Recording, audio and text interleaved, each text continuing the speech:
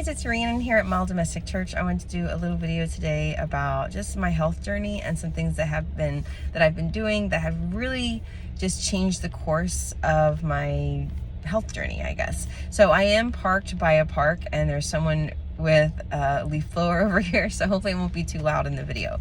I just wanted to quickly make this video. I just dropped one of my kids off at school and I thought I would just park the car real quick. My husband's home from work today. He's with the younger kids and I just had a minute. So anyway, I just wanted to share that I recently got a referral from my doctor to go to a nutritionalist. So we spoke about just some of like my health concerns after sepsis, but also I talked about just some of the issues that I've had with food and weight loss and body image and things like that. And so I asked if maybe a nutritionist might be a good idea, and my doctor said, she thought it would be. And so I got a referral. So I recently started going to see this wonderful woman, and maybe I can do a video in the future about her because she's really, really great. And she's been extremely helpful on this journey. I learned so much about body acceptance and about actual nutrition and what the body needs. And I'm learning about what to do for a woman at my age who has had multiple pregnancies, nursed lots of babies, have gone through just a lot of years of moves and stress and things like that, and how my body needs different things than other people. And I don't know, it's been really, really great. So I want to talk about a couple of things that I've learned. So one of the things was about body acceptance, and she talked about like the BMI and the history of the BMI. And I have learned so many things about how it's just not as helpful of a tool as other tools, and about how, people from all different places in the world have different types of bone structures and body types, and that just to fit everybody in the whole entire world into one mold just doesn't always work. And so it's been really helpful to fully understand that, and then to accept the fact that I, just because I'm a certain weight doesn't mean I'm going to look like all these things. I feel like we all know this, like in theory, but I feel like for me, it just took me a lot longer to really understand that my body type is different. When I look back at the women in my family, at the pictures that we have, most of the women were larger women. They were taller women. They had, broad shoulders, wide hips. They were not like super overweight, but they were just larger women. And I think all of my life it's been really hard because I'm kind of tall, I guess, like 5'7.5". It's just driving me crazy that like this is a little bit longer looking than this side, but I don't care. Anyway, but I think that for a long time I struggled because when I went into modeling when I was younger, a lot of the models were like 6 foot, but they were really, really slender. A lot of the models that I was kind of looking at and wanting to be like were Eastern Europe. I'm not even quite sure where that would be, but like, I think that's considered Eastern Europe where I'm thinking. And the women are built really different there than where my body build is from. I have French, but I also have a lot of English and a lot of Western Europe. And it's just the style of my makeup might be different than, certain models that I looked at back then. Or, some people in my life really expected me to be a lot more slender than I think was meant to be at a young age. And so it really confused my way of thinking about health and weight and body image.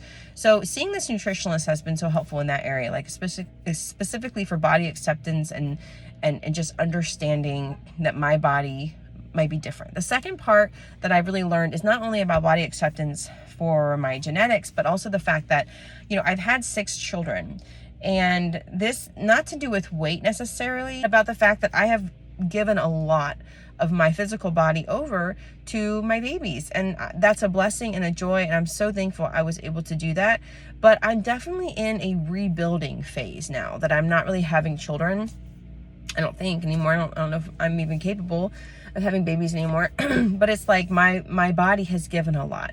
So now I'm at the point where I'm getting older and I need to really rebuild my body. I need certain proteins. I need certain things to help me specifically.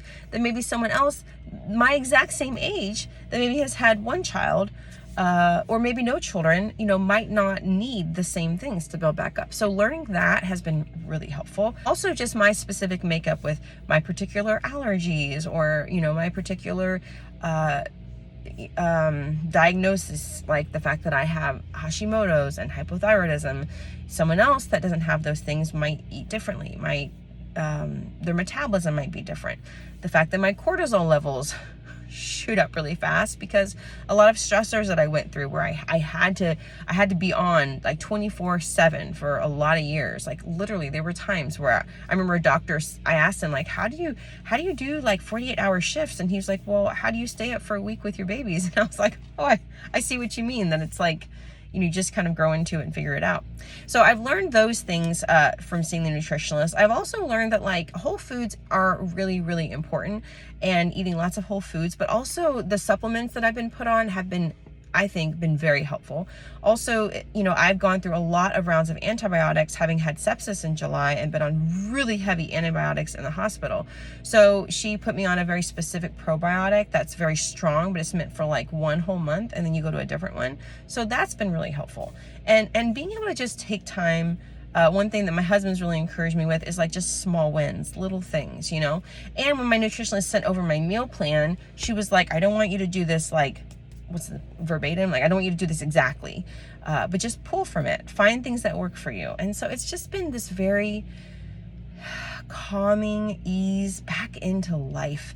And we talked about how food is nourishment, but it's also so much more than that.